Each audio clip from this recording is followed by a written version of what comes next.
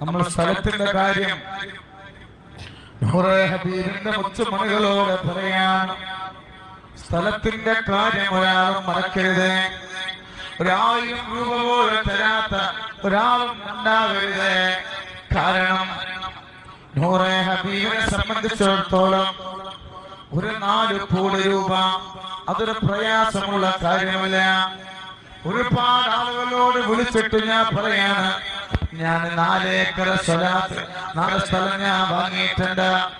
അല്ലാഹുവിന്റെ റസൂലിന്റെ ഹബീബിന്റെ പേരിൽ സ്വലാത്ത് ചൊല്ലാൻ ഞാൻ ഒരു സ്ഥലം വാങ്ങിയിട്ടുള്ളതുകൊണ്ട് എന്നെ സഹായിക്കണമെന്ന് ഞാൻ അറിയുന്ന എന്റെ മുതലാളിമാരോട്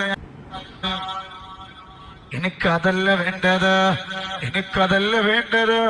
എന്റെ നൂറെ ഹബീബിന്റെ മുത്തുമണികളാണ്.